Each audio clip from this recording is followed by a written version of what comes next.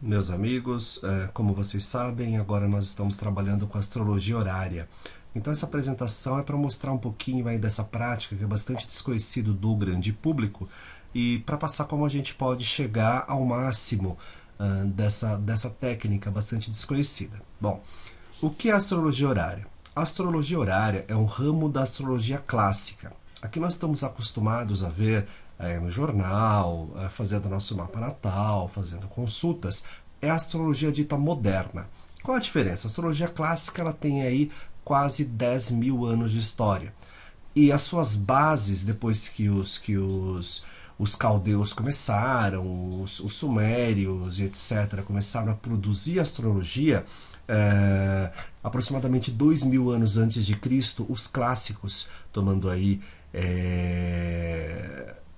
Ptolomeu, com seu Tetrabiblos, um pouco de Aristóteles, eles começaram a colocar as bases dessa astrologia chamada clássica. A astrologia horária ela usa essa técnica da astrologia clássica se valendo das posições dos astros no céu no momento e no local para responder dúvidas pontuais. Isso era muito praticado na antiguidade. Por quê? Porque naquela época as pessoas não tinham o horário certo, a data de nascimento correto para poder passar para fazer um mapa natal. Então as pessoas chegavam e queriam saber onde que estava a vaca que se perdeu, quando que ia ter a próxima ameaça ao reino, se ia conseguir casar com o camponês, com o nobre, etc. Então essas perguntas eram bastante comuns e o astrólogo ele vivia essencialmente destas questões. Portanto, o mapa de uma astrologia horária é feita para o momento e o local da pergunta feita.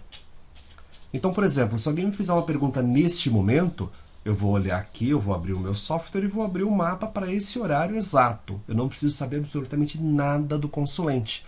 Eu não preciso saber a data de nascimento, não preciso saber a hora, não preciso saber onde ele está. O que importa é a hora e o local onde o astrólogo se encontra.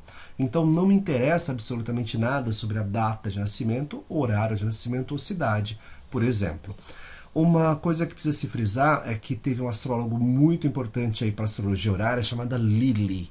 Ele formulou essas bases aí ainda na Idade Média. Então é uma coisa que já tem muito tempo e se torna muito eficiente quanto mais a gente pesquisa e estuda, né? Para que a astrologia horária serve? Ela serve para dar resposta para perguntas do dia a dia. Respostas objetivas a perguntas objetivas. Aqui tem alguns exemplos. Onde está o meu gato? Vou me casar com o João? Onde está o meu relógio? Devo ir para a faculdade no ano que vem? Devo trocar de carro? A balada dessa noite vai ser boa? O meu primo vai me pagar o que deve? Eu vou conseguir esse emprego que eu estou tentando? Então ela me fornece essas respostas objetivas para as nossas dúvidas do dia a dia. É um método divinatório, é um método de consulta, é um oráculo. O que é importante a gente ter em mente? Ao fazer uma consulta horária, você tem que pensar muito bem na pergunta que você quer e fazer essa pergunta do modo mais simples possível. E de preferência, quando você encaminhar essa pergunta para mim, pensa em fazer alguns comentários, dá uma cercada na situação, conta o que está acontecendo, quais os antecedentes, etc. Para que o astrólogo possa olhar o simbolismo do mapa horário e conseguir interpretar corretamente. É claro que a gente pode algumas vezes ter que trocar alguns e-mails, chegar a algumas conclusões, algumas respostas, interagindo bastante. Alguns a gente pode conseguir imediatamente, outros a gente vai precisar de uma interação. Para interpretar corretamente o símbolo, eu preciso entender muito bem a situação que vai ser passada. Tudo bem, gente? Olha, aqui agora eu vou dar dois exemplos que eu fiz, são exemplos pessoais que eu mesmo fiz. Então eu vou pedir para vocês prestarem atenção aqui, que é muito curioso. Eu uso um relógio há algum tempo e ele esses dias desapareceu. Ele ficou mais ou menos uns 7, 8 dias sumido. Eu não sabia onde ele estava, por um momento, um tempo, eu achei que estava na casa da minha mãe. Eu fui até a casa da minha mãe e não estava. Eu achei que estava no meu trabalho, eu encaminhei e-mail para todos os meus parceiros para ver se alguém tinha encontrado, e ninguém tinha encontrado, e eu desisti do relógio. Até que ontem eu resolvi fazer a pergunta pro oráculo, né? Eu pensei, puxa vida, se eu consigo responder onde estão as coisas, por que eu não acho para mim mesmo, né? E fiz a pergunta, onde está o meu relógio?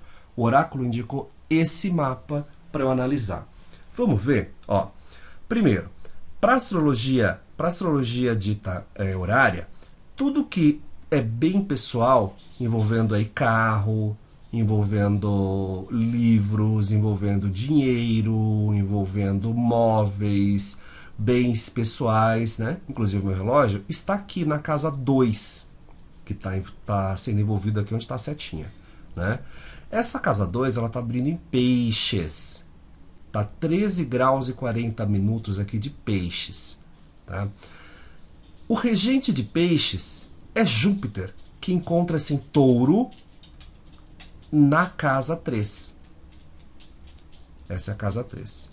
Pois bem, fazendo uma análise muito simples, a casa 3 representa a comunicação. Ou seja, a definição da casa 3 diz que esse objeto ele está próximo de livros, computadores, rádios, televisão, revistas. Isso já foi uma indicação para mim. Ele indica também, por estar em Touro, ele indica que está próximo ao chão.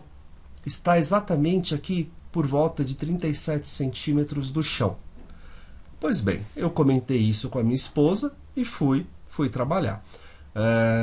2 horas depois ela manda uma mensagem dizendo que encontrou o relógio caído. Ele estava numa banquetinha que eu tenho na sala aqui, a cerca de meio metro da televisão, sob o aparelho de som, embaixo de alguns livros. Então ele estava caído, ele ficou preso a mais ou menos 40 centímetros do chão, como está indicado pelo oráculo, né? E aqui uma outra coisa interessante é que eu tenho Júpiter numa posição retrógrada, ou seja, o caminho natural dele, que seria ir para frente, ele não está fazendo, ele está voltando para trás. E o meu indicador é a Lua, e a Lua está no caminho correto, indo para frente. Então indica o quê? Que eu me encontraria com o meu objeto. Quantos dias depois? Olha só, Júpiter está a 0 grau de Touro, a Lua está a 24 de Câncer, né? No caminho aqui para a Lua se encontrar com ele, seriam cerca de 6 graus de diferença, né? Ou 6 dias, que foi mais ou menos o que eu levei para encontrar. Outro exemplo que eu tenho, e que eu fiz essa pergunta durante as minhas aulas, foi quando o nosso ex-presidente Lula descobriu que tinha câncer e ficou internado a primeira vez. Eu puxei esse mapa e ele indica o seguinte: esse mapa é um pouco mais complexo. A pergunta era: como ficará a saúde do ex-presidente Lula com a descoberta do câncer, né? E ele indica para mim o seguinte: ele fala que, deixa eu só fazer aparecer a setinha aqui, apareceu, a casa da saúde aqui representada, a casa dele, a casa 10, né, que é uma personalidade, né? Essa casa 10 ela está abrindo em Sagitário, né? Sagitário, o regente é Júpiter. Júpiter está aqui na casa 2 em Touro. O outro regente que está dispondo esse Touro é a Vênus. Já começa que são 2 benéficos. Júpiter é o grande benéfico, Vênus é a pequena benéfica. A casa da saúde, que representa aqui o presidente, é exatamente a casa onde está Júpiter, dizendo que ele ia se recuperar de uma boa saúde.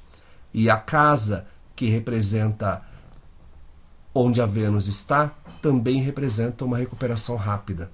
Então, é verdade, pouco tempo depois ele já estava livre, e agora recentemente houve aí a notícia de que 75% do nódulo já havia diminuído, né? Então são 2 exemplos aí do que a gente pode descobrir a partir da análise de mapas desse tipo. Pois bem, gente, vocês já viram aí no grupo que foi lançado no Facebook, né? Nós estamos fazendo agora tô abrindo para os nossos amigos aí para fazer perguntas. Então, quem tiver alguma pergunta desse tipo que foi colocado e quiser uma resposta, manda para mim, manda nesse e-mail, luisjunior@gmail.com.br, que está aqui embaixo, né? Ou entra no luisjunior@astrologia.com.br, no meu site, na seção Fale Conosco, e também pode deixar uma indicação lá. Eu entro em contato, a resposta aparece em 48 a 72 horas. A única coisa que eu peço é que depois, com o passar e o decorrer da resposta, né, você me indique, me retorne esse e-mail indicando o que houve, como se desenrolou a situação, para eu poder comparar com a leitura inicial. Tá ok? Então a gente vai ficando por aqui e até mais.